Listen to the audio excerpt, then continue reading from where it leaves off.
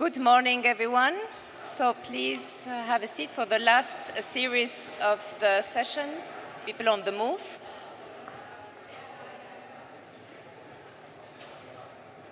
And I promise in 30 minutes you will have the opportunity to have the coffee.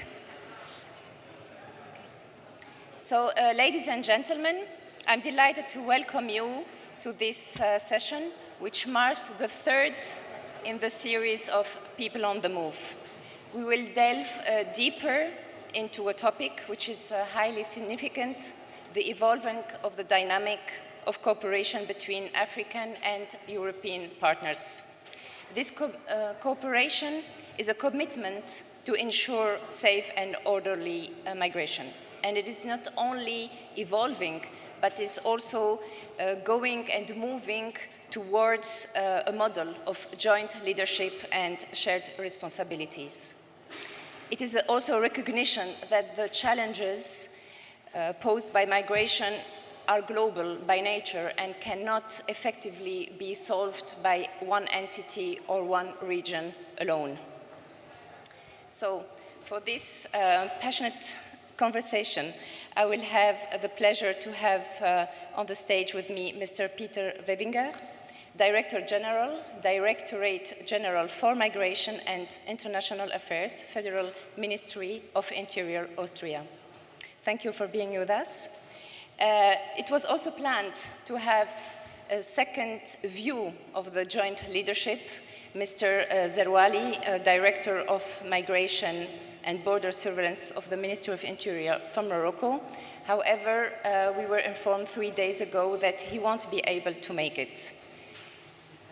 But we will still discuss the same topic as it is also of relevance from the point of view of EU member states.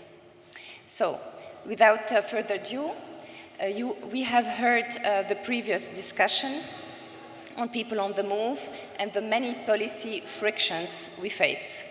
Where in this context do you see the importance of partnership to ensure safe and orderly migration? The floor is yours. Yeah, thank you so much for the invitation. Thanks also to ICMPD, it's a great platform. Of course, listening to the panelists, I don't talk about me, of course, previous panelists having a platform for exchange. So this is super helpful. Also the bilaterals, everybody of us is a perfect exchange. And this is maybe already one reason why we sit here. And maybe this is also one part of the answer already. What could be your contribution to orderly and legal pathways despite all the other issues? And you mentioned the word frictions. First of all, of course, it's a pity Khalid Zerwali is not here, because every discussion is, of course, incomplete. But this one will, of course, be even more incomplete if you approach extremely complex. Is it an issue, phenomenon, only from the Austrian side?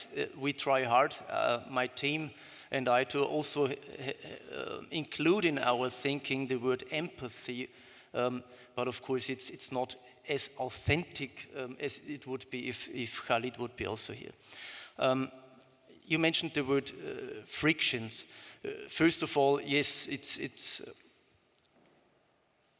including the word migration. It's quite easy to mention it. Also, you can call it Vienna Migration Conference. But first of all, what is migration? Is it legal migration? Is it illegal, irregular migration? Is it flight migration? Everybody knows that differentiation. But this is the starting point. Maybe if we talk about frictions, and maybe the small brother of friction is a misunderstanding. So if you talk about legal migration and I'm talking about something completely different, then there will be a huge misunderstanding. Second thing is, when we start talking about migration, emotion comes into the room, and if you read it carefully, migration, there is a Latin word included, it's ratio.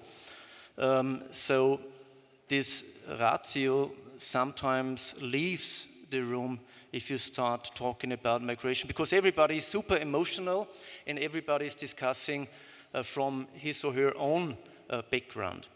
And Vincent mentioned it already, Hungarian crisis, or when the Iron Curtain fell,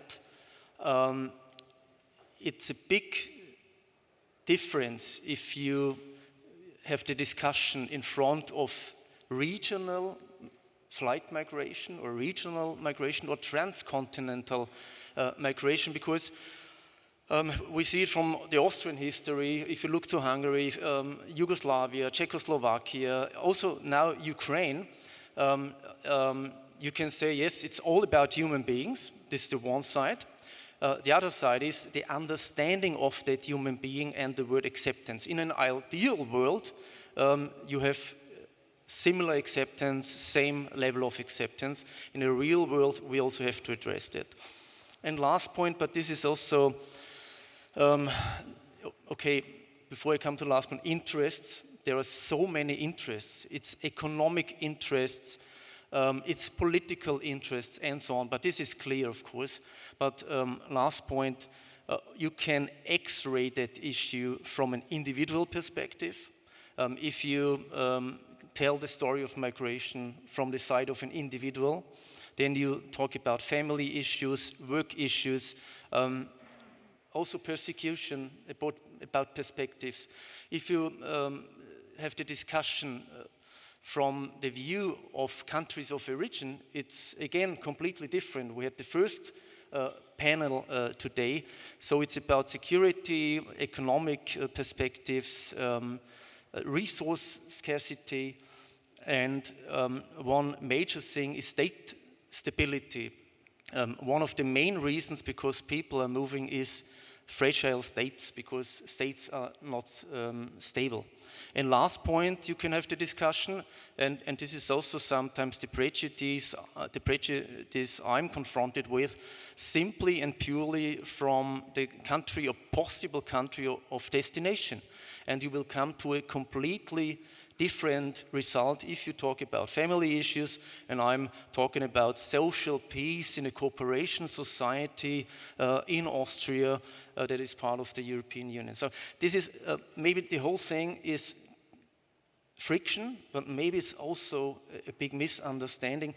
And what's the link to Morocco, for example? Before we started our talks, we talked about what are we talking about? So, and better understanding, more clearance, more clarity in the debate. This was extremely helpful. I remember the first meeting was completely different to the second and the third meetings. Of course, you also get closer, but this was one major part. Exactly. So you mentioned the word misunderstanding, but also common interests. And as was stated by Mr. Kostel just earlier, solutions have to be adapted and crafted jointly. So this leads to the Austrian and Moroccan partnership. How did it start? What was the intention of Austria for this partnership? What can also Austria bring and give to this partnership? And what have been the concrete steps until now? Yeah, I'm holding my post, and also my previous post, it was quite the same as the post I'm holding right now, for quite a while. And this was also my starting point when we discussed what can we give, what can we receive, again Latin do ut des. But we developed a little bit because we realized, first of all, and this is maybe also one major lesson out of 2015, that in a globalized world, people are more interlinked, states are more interlinked, and if you, maybe I put it too absolute now, but the interests of the other is also our interest. So finding common interests, and it's not so much this is your world and this is my world, it's more a common understanding of the world. Of course, we have completely different starting points, and migration is the history of geography and demography, and these are, of course, already two parts and elements that makes Morocco and Austria different. But we try to approach to not too much starting. If you start with a return issue, I wouldn't recommend that. You can say in an intra-European discussion, a credible migration system starts with return. That's kind of a paradoxon. But if you are already involved in the migration issue for a long time, then you understand what I mean. Of course, it's necessary to have a functioning return system, but it's not necessary to start a discussion with a reliable, strong partner with that issue. So what we also heard in the previous discussion, opening up a lot of different fields for possible cooperation, and then not starting with the return issues. This would be my advice. This is also how we did it. We said consular affairs. This is an issue we are addressing intensively, and maybe two elements that are important. One is trust, and trust is you cannot buy it. It's not existent before you start something. Trust is something that develops in a process, and sometimes the process is even more important than the result. And this is why we said we need a process. We need a process, a very formal process also, where we meet regularly and where we have our key issues. It's the one thing. And the second thing is unavoidable if there is sympathy.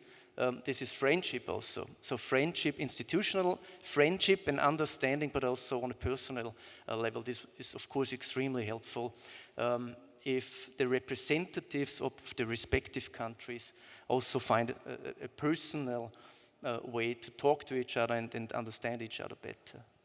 Thank you. So there is a mutual recognition that the responsibility is shared between the two countries, but also that the leadership should be joint on a common topic, thanks to the dialogue that has been put in place. So this leads me to the final question I have on the bilateral cooperation. Indeed, it is easy also during this conversation, and as you said, the first meeting was the second meeting was easier than the first, the third was even easier.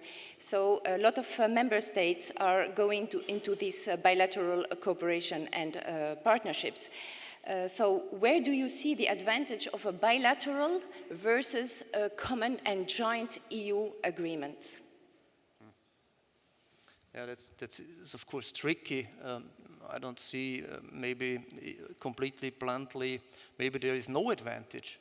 At the end, maybe we have to accept the reality that sometimes we cannot get a European agreement, and then the question is always thinking in alternatives. And the best way you do it, that you have a comprehensive, but also that there are no negative competencies between these two procedures.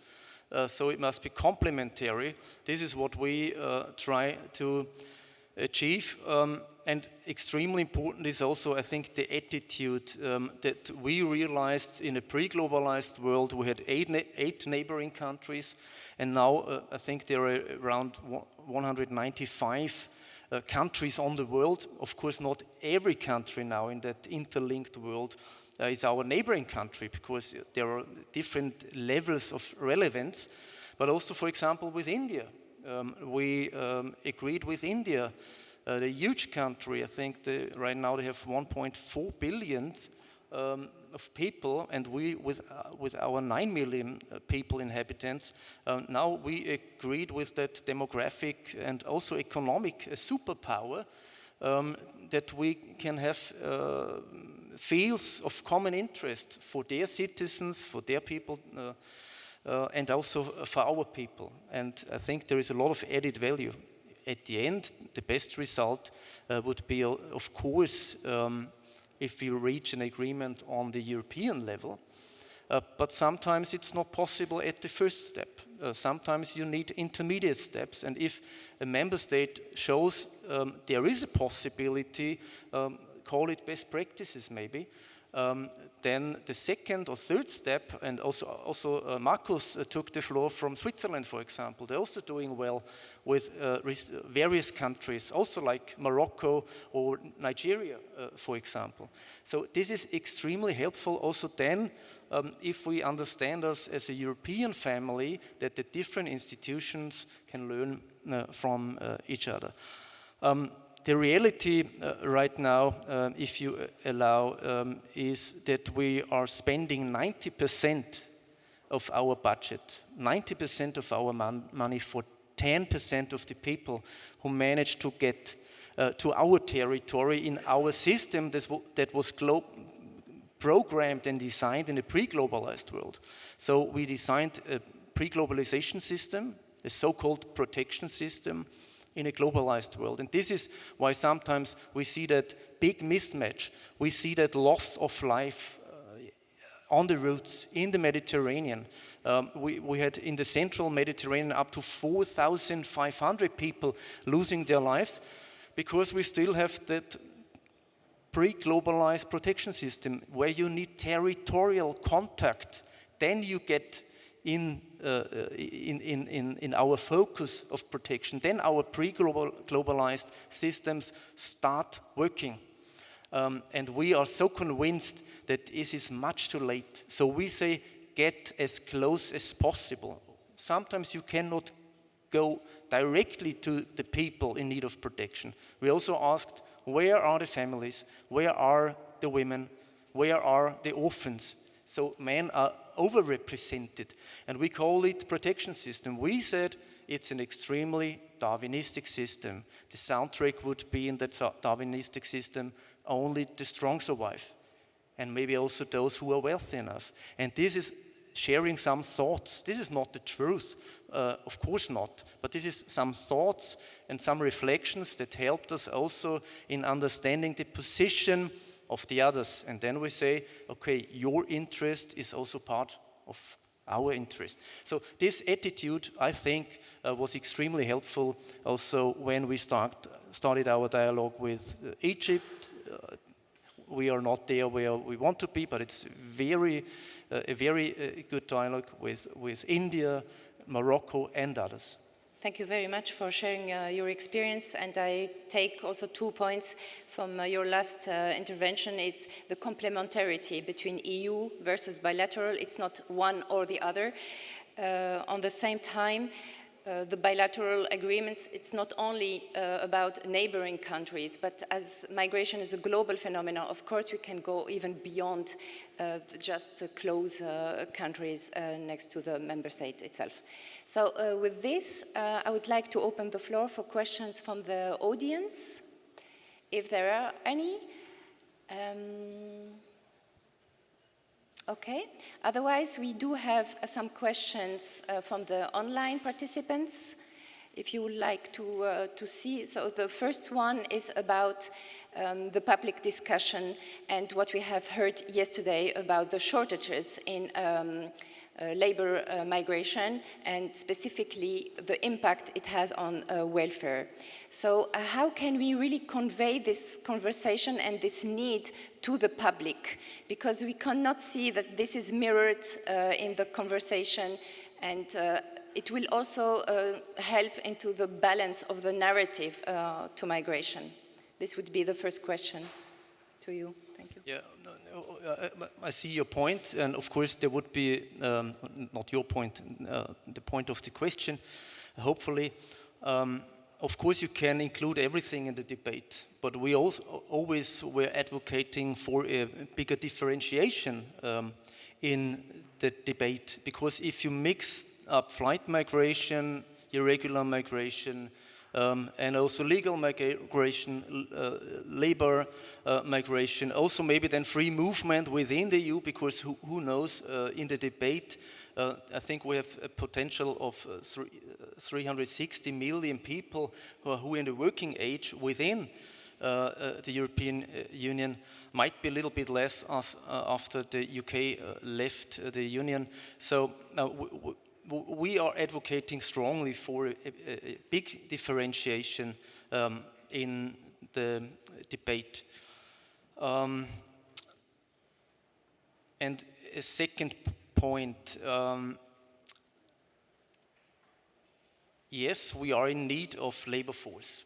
But if you look at the demographics in Austria, for example, how many inhabitants Austria had 10 years ago and now. So now we have more than 9 million people, and 10 years ago, so in the last 10 years, there were additional 600,000 people. We always talk, also myself, in a sometimes unreflected moment like this, I say we are a shrinking, aging society. But the shrinking, if we look to the migration movements especially, because this is why we're not shrinking, we are a growing society. This is the one hand, and of course you also, and this was also mentioned yesterday, of course, we also have to look at the potential in the respective countries, how we can bring them into the labor market. This would be a best case scenario. But also due to yesterday's discussion, I got the impression we need more, right now we need a one-to-one replacement. One person leaving the labor market, and now we need a new person entering the labor market. So you heard what I say, our demographic growth, and the new people are of course young people, because migration is an extremely old phenomenon, but people who are migrating, they are young.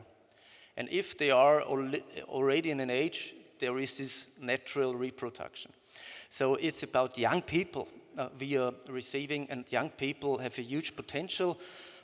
First of all, it's sometimes difficult, because if you look at Viennese kindergartens, 2/3 do not speak German in Vienna, not overall in Austria, but 2/3 do not have German as their colloquial language. So integration is also a question of quantities on the one side, especially in a knowledge-based society.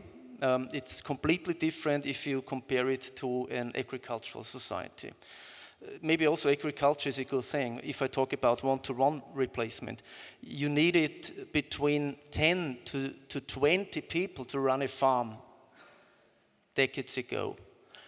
Now you do it half-time. So it's complete. We also have to think, it's not about the demographics, it's a lot about the productivity. So what's the productivity, including robotics, automatization, maybe also artificial intelligence? I'm very much in favor for natural intelligence, but if we also include artificial intelligence in that, and also steered and controlled by natural intelligence, this digital humanism. Quality control. Yes, but really by human beings. So this would be, because a machine has for sure no ethics. Exactly. A human being, you have a chance that there is an ethics. And so we do not need this one-to-one replacement. This is my point. And look at the productivity per person. This is the point. Thank you for your insights. So maybe last chance to ask a question from the room. Yes, Hugo. Please. Hugo. Please introduce yourself and be straight to the point. Thank you. Thanks. Thank you very much, Peter, for your super interesting remarks, and also your thought leadership over the years, constantly trying to think of ways to innovate the migration and asylum system to make it fairer and more effective. My question to you is, a few weeks ago we discussed the American model of humanitarian parole, which is currently being rolled out in the United States with special centers in various Latin American countries to screen for all pathways, including asylum, but also for labour opportunities. Do you draw any inspiration from that model? Is that something the Europeans should be looking at? very general remark, yes, of course, we should look at any model, and Tobias and I, and also some German colleagues like Mr. Griesbeck, we gathered in Washington, D.C., and we looked at that model. And I think also Vincent talked about the screening, and if you do already something like a pre-screening at registration points, migratory centers, very early, and the states not only include reasons for protection. If there is no reason for protection, they also screen their labor demands and their necessities from the economy, and also what the individual has to offer. So I think this was a very inspiring trip we had, and also the system, the start implementing. We also had a second meeting, an online meeting with them, so we still are in touch with the US authorities, and we are thinking strongly also when we have the next European elections, the next commissions, maybe we can also inspire a new commissioner or the new commission to start with pilot projects, including that app-based, because this is also one part where you can apply to get a meeting, then you have the screening, and then there are these regional processing centers. This is the name of these institutions in the third countries, in the respective third countries. And this could, of course, also help. But we will have a look how this system will run. Will it run in a good way, or at the end, sometimes a good idea turns also out that there are so many disadvantages or so many practical obstacles that it cannot work. So we really nosy and curious about how this goes on, and we are very open for new ideas. There is a last question. Okay. Very last question. Please introduce yourself. Thank you. My name is Victoria Rietig. I lead the migration program at the German Council on Foreign Relations, a think tank in Berlin, and I have a follow-up question exactly on that point. Thank you for saying that you are looking at the US model. I spent a lot of time there and have been following the debate, and the first results of the regional processing centers actually show that the great promises that came with it have not been kept. So we know, of course, that after the announcement there was an immediate drop in arrivals, but that didn't last, and in fact numbers have crept up to once again an all-time high that we see of irregular arrivals at the US borders. We also see that the regional processing centers have a lot of problems with the technology behind it. We see that about 40,000 people, 40, have applied, and about 4,000 people have now been put on a pathway into the United States. But of course that has been called a legal trickle rather than a legal pathway. So I'm happy to hear that you're looking at the US example, because I do think that they're piloting a lot of things that we in Europe are just talking about. But I do wonder whether you actually see that as an inspiring, positive example to copy, or rather as abschreckendes Beispiel in German, like something to not copy, precisely because it doesn't seem to be having the effects that we are all hoping for. Yeah, this is why I was a little bit cautious also in answering, and I did not say, yes, that's the way to do it. First of all, it's one element, of course. Those initiatives are not, how shall I say, the world formula for success in terms of migration. But it could be one small part of solution. I'm hesitating using that word. But it could be one element in a really broad approach, maybe only for certain regions. At the end, it turns out it can be successful, but not everywhere. And second remark, we are not surprised that at the very beginning, if you start implementing a new system, that you have some negative developments, because it takes a lot of time until you improve and you steer and you are screwing around, and then suddenly you see, okay, it's developing.